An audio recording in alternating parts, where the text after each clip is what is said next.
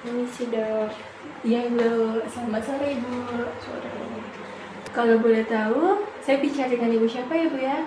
Saya Putri dok. Oke, itu Ibu Putri untuk sekarang usianya berapa Bu? 47.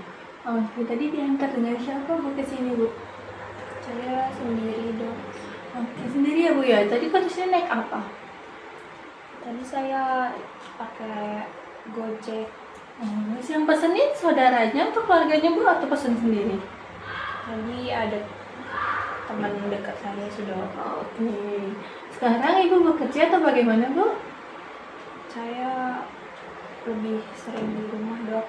Oke, Bu sering di rumah ya Bu ya? Oke, sekarang kenapa nih Bu datang ke sini Bu? Ada yang bisa saya bantu?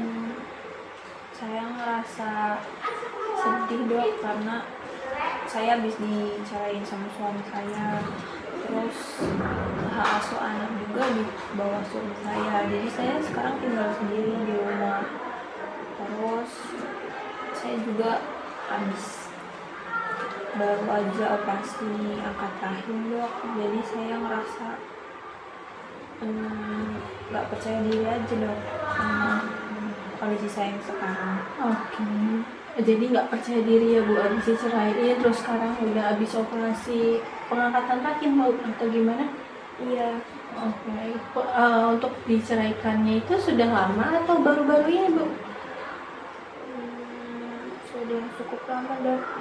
Oke, untuk operasinya?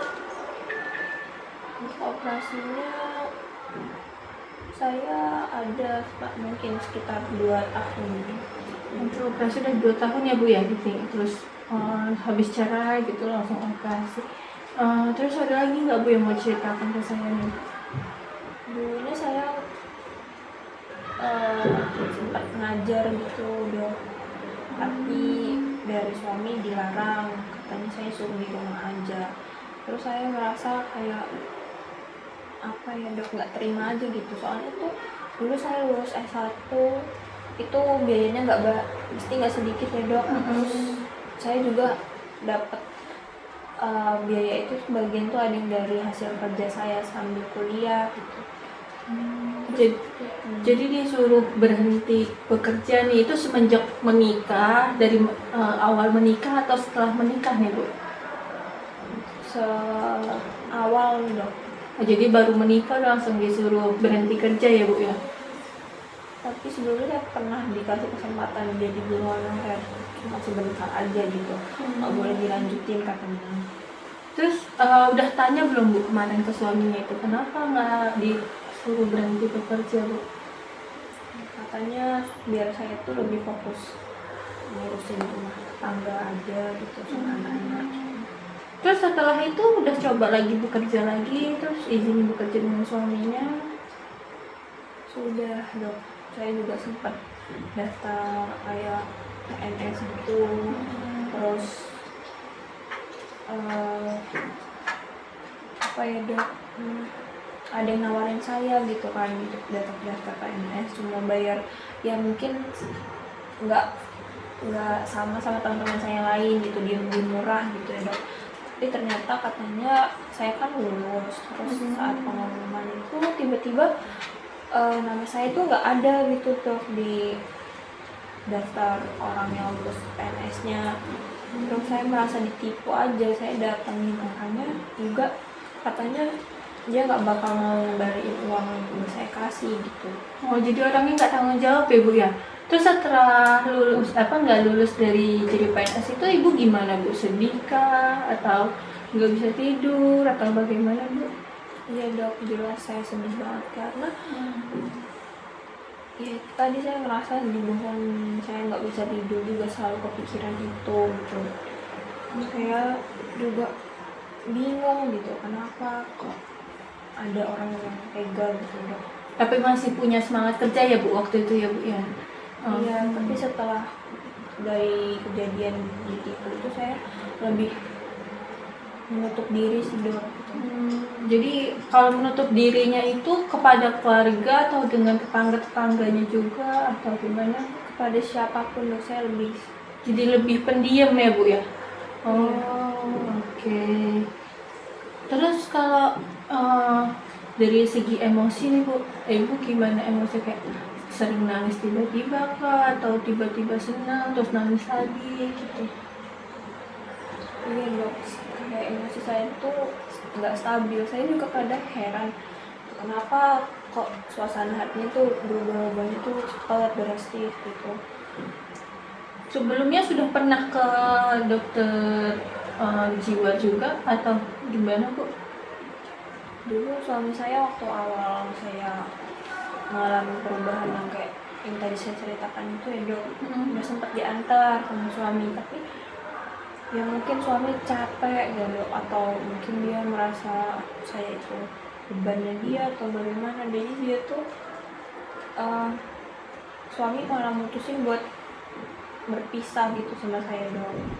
Oh, jadi alasan suaminya itu berpisah dari Ibu tuh ya karena Ibu tadi sempat masuk ke rumah sakit jiwa ya Bu ya? Iya. Oh, jadi dia kayak ngerasa beban gitu. Terus akhir-akhir ini Ibu ada keluhan lain nggak Bu? Kayak emosi masih nggak stabil atau gimana? Masih jauh dari keluarga? Saya masih mungkin lebih ke menutup diri itu ya dok, itu masih saya masih apa ya, mungkin trauma gitu dok, karena datang ke sini aja tuh saya benar-benar apa ya, karena udah nggak merasa nggak ada pilihan lain, karena saya juga di rumah sendiri gitu, bingung mau cerita ke siapa gitu. Anak-anak juga diajak suami semua, tangga juga kayak mengucilkan saya karena emang saya awalnya dulu jadi orangnya emang nggak ada interaksi juga gitu sama tetangga. Untuk kayak aktivitas sehari-hari untuk tidur, makan, terus mandi itu masih seperti biasa atau bagaimana Bu? Kadang saya sampai lupa untuk ngelakuin hal-hal itu, saya lebih fokus untuk kadang merenung, bengong, karena saya bingung dok gitu. Bingung, aku bengongnya tuh seharian gitu jadi Ibu ya? Ya bisa jadi karena Oh, bengongnya sampai nggak mau mandi, nggak mau makan gitu Ibu ya? Terus selama bengong itu Ibu pernah dengar orang-orang ngomongin Ibu atau dengar bisikan-bisikan lainnya Bu? iya dok, saya sempat sih dengar kayak gitu, terus saya kayak berpikir apa itu mungkin hal-hal kayak mistis atau bagaimana gitu ya dok. Karena kan memang posisinya saya tuh di rumah sendiri gitu. Dari suara bisikannya itu, di bisikan itu Ibu disuruh seperti apa Bu dengan orang tersebut?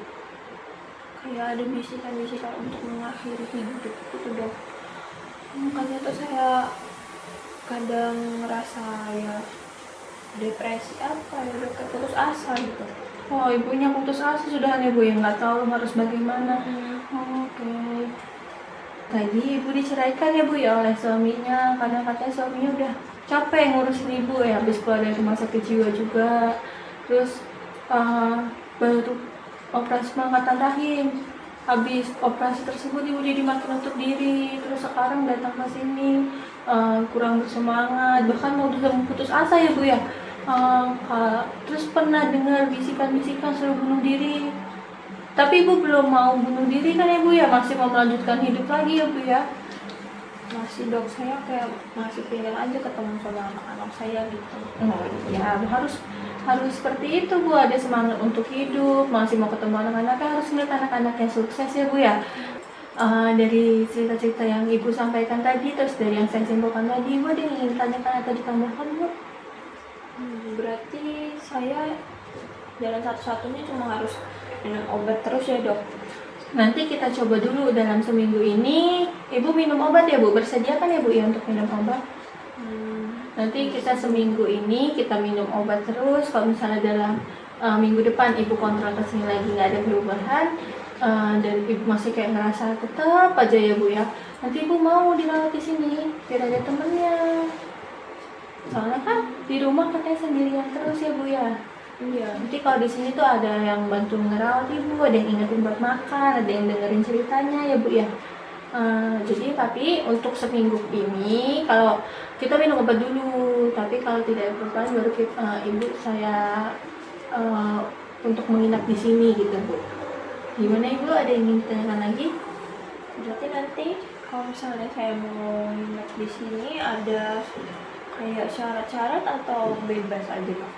Nanti ibu tanyakan dulu ke atas persetujuan keluarga ya bu ya. Nanti keluarga ibu gimana, nanti saya bantu hubungi. Kalau emang ibu sudah ngerasa di rumah sendirian aja, ibu mau masuk ke sini, nanti ibu bisa tanyakan ke keluarga ibu, lalu datang ke sini bersama keluarga ibu ya bu ya. Tapi sebelum masuk ke sini saya kasih obat dulu. Kalau bisa jangan putus obat dulu ya bu ya, biar bisa kayak lebih mendingan lah bu, biar semangat lagi, biar semangat buat hidup lagi ya bu ya. Oke, ada yang ingin tanyakan lagi bu? Kayaknya sih udah dok segitu. Oke, semangat terus ya ibu ya, biar bisa sembuh.